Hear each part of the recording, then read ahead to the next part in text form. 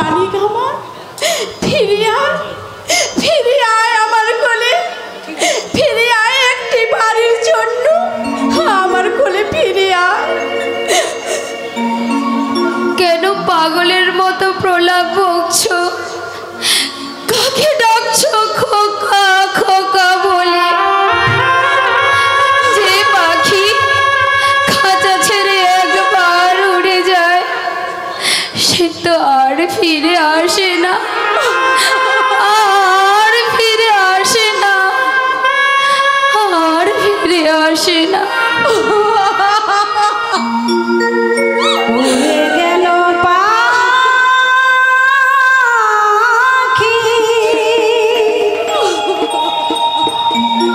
ফিরবে না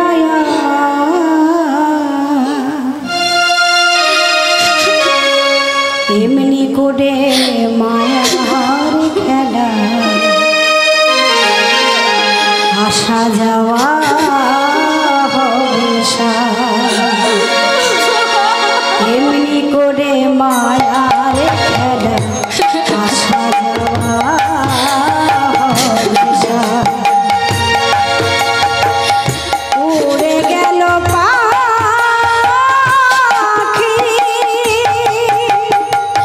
ফিরবে না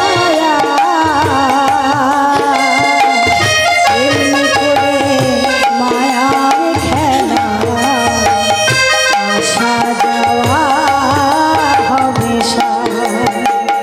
এমনি করে মায়ার খেলা, আসা যাওয়া হবে আসা যাওয়া হবে আসা যাওয়া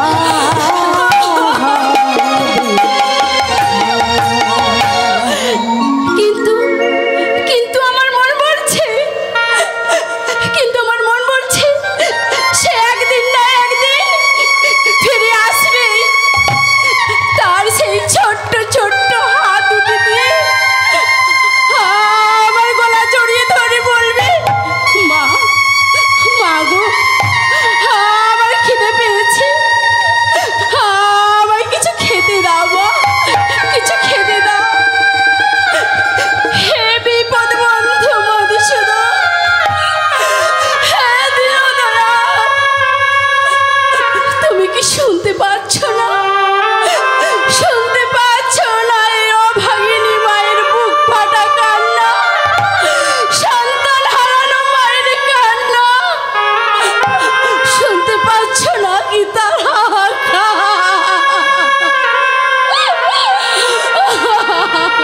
মাতা, কে কে ডাকে আমায় মা বলে?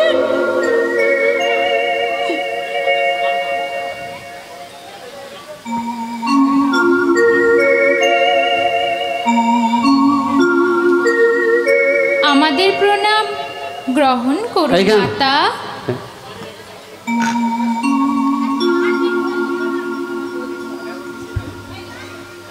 হে গুরুদেব, আমাদের প্রণাম গ্রহণ করুন। হে গুরুদেব, গুরু তার আপন শিষ্যকে যে বিদ্যা দান করেন, শিষ্য তার ঋণ শত জন্মেও শোধ করতে পারে না। তবু লোকমর্যাদা অনুসারে বিদ্যাকালে গুরুদক্ষিণা দেওয়াই শিষ্যের ধর্ম। তাই তো আমরা প্রার্থনা করতে এসেছি গুরুদেব, আপনার মনে যা আছে তা কৃপা করে ব্যক্ত করুন গুরুদেব। হ্যাঁ গুরুদেব, আপনি আমাদের গুরুদক্ষিণা দেওয়ার আদেশ করুন।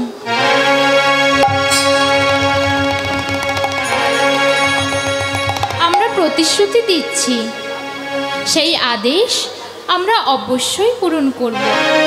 কৃষ্ণ, তুমি এই প্রশ্ন করে তোমার শিষ্য ধর্মের সঠিক পালন করেছ, কিন্তু আমার মতে যে গুরু বিদ্যা দানের লালসায় বিদ্যা প্রদান করে থাকে, বাস্তবে তিনি প্রকৃত গুরু হওয়ার যোগ্য নয়। তথাপি তোমাদের আচার্য ঋণ থেকে মুক্ত করার জন্য গুরু দক্ষিণা স্বরূপ তোমাদের কাছে আমি প্রতিশ্রুতি চাই। গুরুদেব, আমরা প্রতিশ্রুতি দিচ্ছি, আপনার যা আশা করে আমরা তাই পালন করব।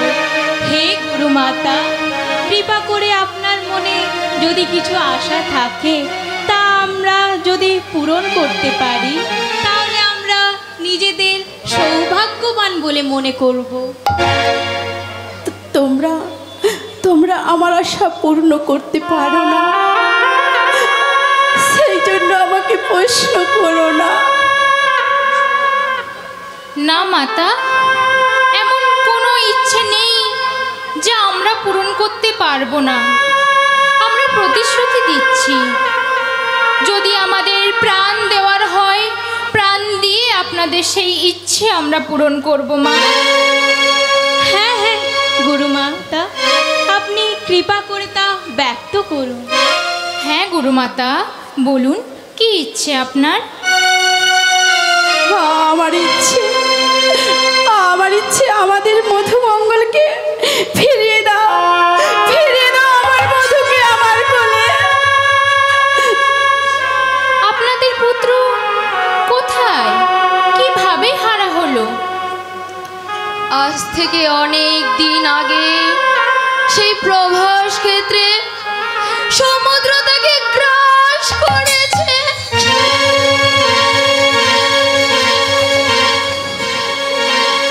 বেশ, তাই হোক, আমরা চললাম আপনাদের কোলে আপনাদের পুত্রকে ফিরিয়ে দেওয়ার জন্য সেই প্রভাস ক্ষেত্রে সমুদ্র তীরে।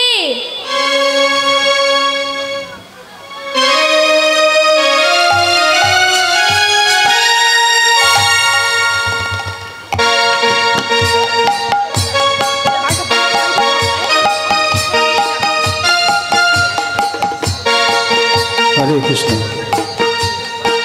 কৃষ্ণ বলরাম গেলেন প্রভাস ক্ষেত্রে, সমুদ্র তীরে উপস্থিত হয়ে সমুদ্র অধিপতি দেবতাকে আদেশ করলেন,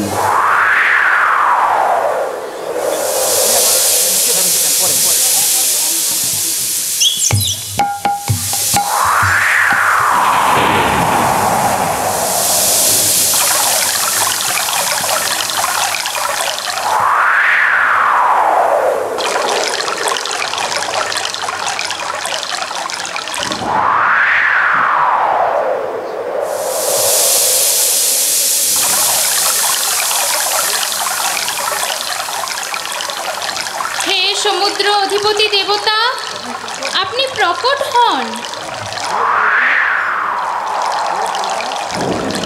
হে প্রভু, আমার প্রণাম গ্রহণ করুন। বলুন কি এই আদেশ অধমের প্রতি?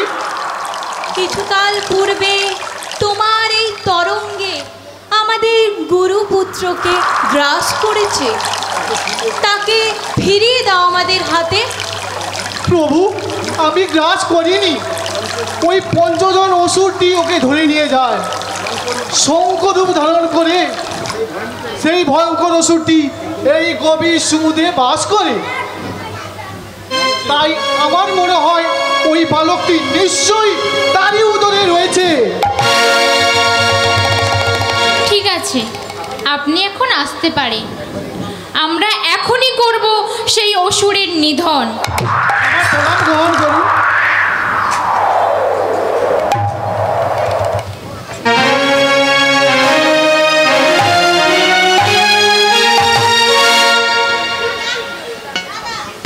সমুদ্রে ডুব দিয়ে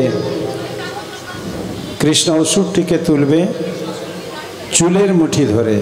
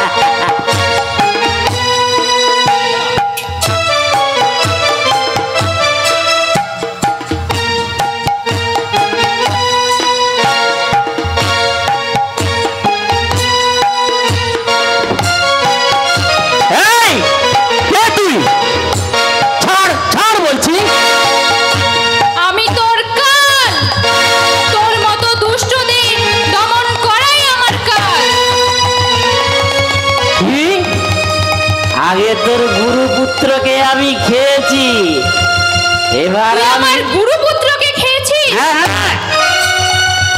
এবার এবার আমি তোর দুটোকে হাড় মাংস চিবিয়ে চিবিয়ে খাবো।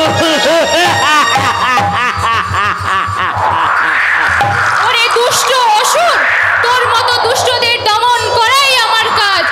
যদা যদা হি ধর্মস্য গ্লানির ভবতি ভারত অভ্যুত্থানম ধর্মস্য তদাত্মানং সৃজনঃ পরিত্রাণায় সাধনায় বিনাশায় দুষ্কৃতম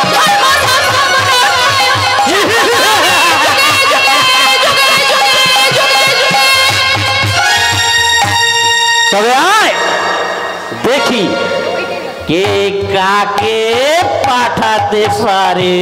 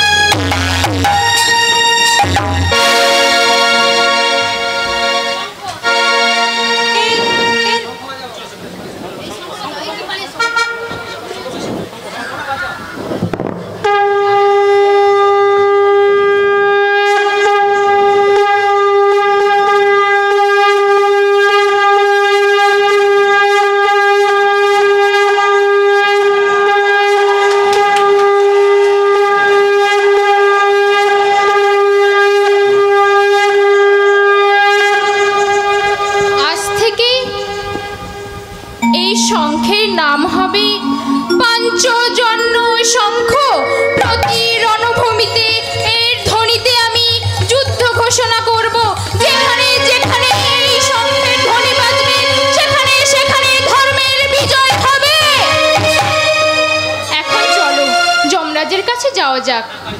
হ্যাঁ, তাই চলো।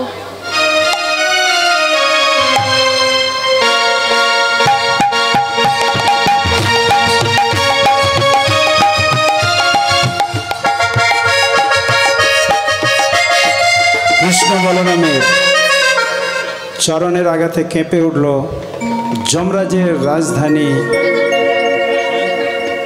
স্বয়ংমণি পাঞ্চজন্য শঙ্খের প্রতিধ্বনি, পরম পবিত্র হলো সেই রাজধানী। যমরাজ ছুটে এলেন দুই প্রভুর চরণে।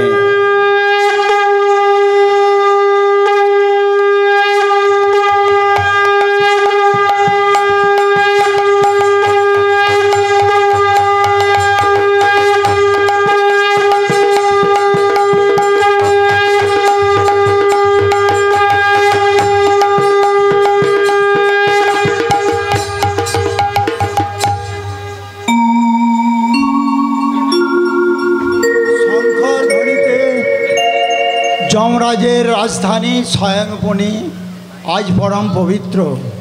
আমি অভিভূত। হে প্রভুগণ, আমার প্রণাম গ্রহণ করুন। হে ধর্মরাজ,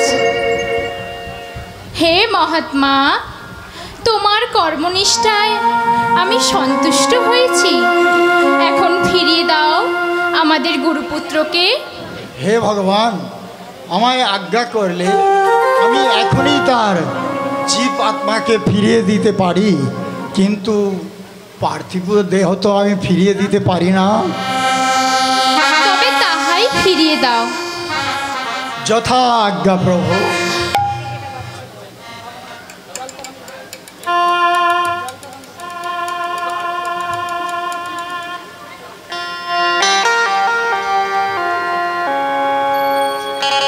সেই দিকে যাবো।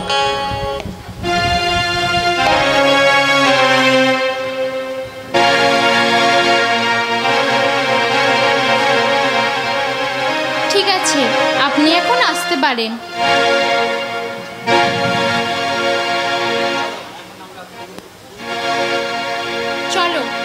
আমরা গুরুদেবের কাছে ফিরে যাই।